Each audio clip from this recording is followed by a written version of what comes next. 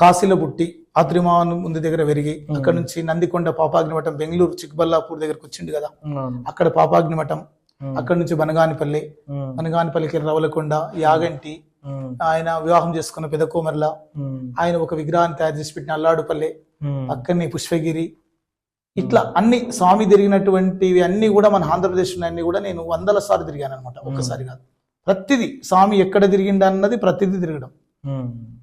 ఇక స్వామి తిరిగిన అన్ని తిరిగిన తర్వాత చివరకు నేను పోయేటి మాట రెండే, ఒకటి కందిమల్లయ్యపల్లి, ఒకటి బనగానిపల్లె. ఈ రెండు మాత్రం పోతుంటే ఎప్పటికీ, ఈ రెండే ఫైనల్. ఇక అన్ని తిరిగిన మొత్తం తిరుపతి, శ్రీశైలము, కాళహస్తి, కాశీ, ఇవన్నీ కూడా తిరిగినాం. అన్ని తిరిగిన తర్వాత చివరిలో నేను రోజు ఎప్పటికి పోయేది మాత్రం ఇది ఒకటి. ఈ గుడికి సంబంధించిన దాంట్లో మీ కుటుంబ సభ్యుల యొక్క సహకారం ఎలా ఉంటుంది? అంటే నేను గుడి మొదలు పెట్టినప్పటి నుంచి కూడా మా నాన్న కానీ, మా అమ్మ కానీ, అక్క కానీ, చెల్లె కానీ అందరూ కూడా